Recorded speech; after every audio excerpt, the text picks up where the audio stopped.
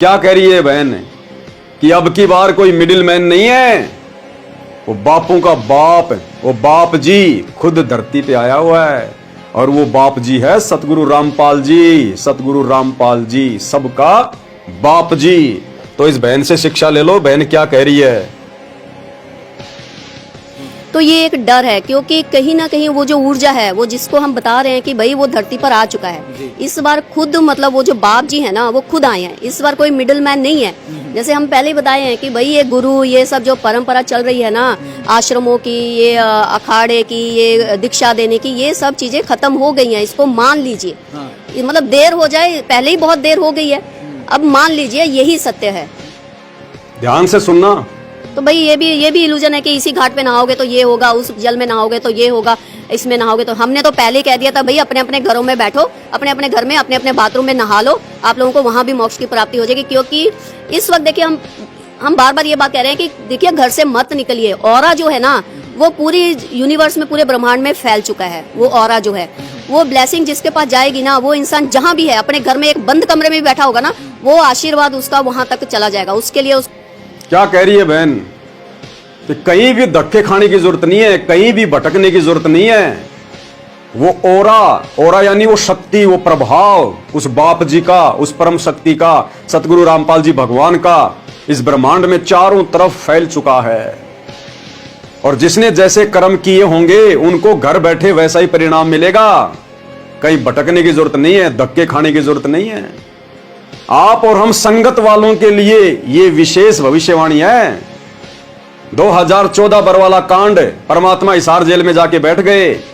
उसके बाद में संगत ने आश्रमों में धक्के नहीं खाने थे, और ना वर्तमान में धक्के खाने चाहिए, ना कहीं पर संगत ने भटकना चाहिए।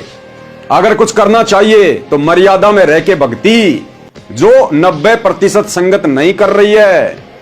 आश्रमों में जाकर केवल आपने मर्यादा तोड़वाई है, भक्ति नहीं बनाई।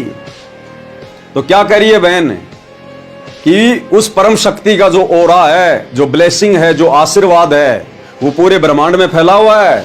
लेकिन मिलेगा उसी को जो मर्यादा में है, जो मर्यादा में है, जो गुरु को इष्ट मानता है, जिनका कनेक्शन अपने गुरु से जुड़ा हुआ है, जिसका नाम खंड नहीं है, जिसकी मर्यादा खंडित नहीं है।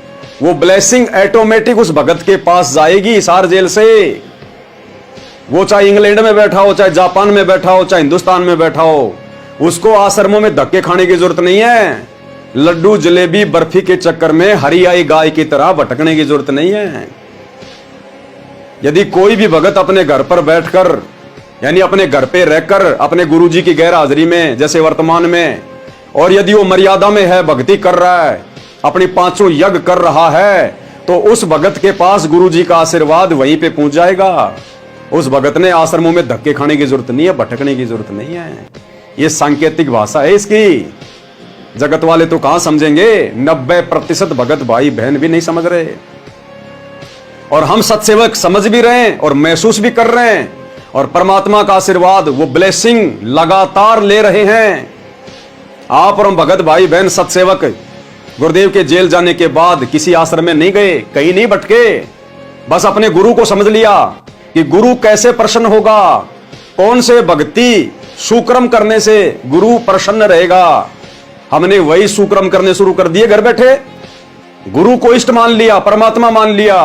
गीता अध्याय 3 श्लोक 13 के अनुसार उनको परमात्मा मानकर भोग लगाना शुरू कर दिया। घर घर गुरु का आश्रम बना दिया, आसन लगा दिया, और नेक नीति ईमानदारी से अपना काम कर रहे हैं, और ज्ञान आधार से भक्ति कर रहे हैं। और परमात्मा अपने प्रत्येक बच्चे के साथ में है, शब्द रूप में प्रत्येक बच्चे के साथ में। दर्शन दे देकर परमात्मा विश्वास बढ़ा रहे हैं, प्रकट हो के परमात्मा विश्वास बढ़ा रहे हैं। तो परमात्मा कहां है? परमात्मा अपने मर्यादित भगत के साथ में है। घट हिम गंगा, घट हिम जमुना, घट हिम है जगदीश, सतगुरु तारेंगे। तो हमने किसी भी जगह भटकने की जरूरत नहीं है। हमने परमात्मा का आशीर्वाद, वो ब्लेसिंग प्राप्त करने वाले अच्छे भक्ति कर्म करने हैं। हमने मर्यादा में रहकर परमात्मा को प्रसन्न करना है, ताकि वो ब्लेसिंग हमें मिलती रहे, और उस आशीर्वाद, उस ब्लेसिंग के बदौलत ही हम भक्ति पर टिक पाएंगे। तो ये बहन ये बात कहना चाह रही है इस बात को दुनिया वाले तो छोड़ो, हमारे 90% भाई बहन जो आश्रमों से जुड़े हुए हैं वो भी नहीं समझ पा रहे।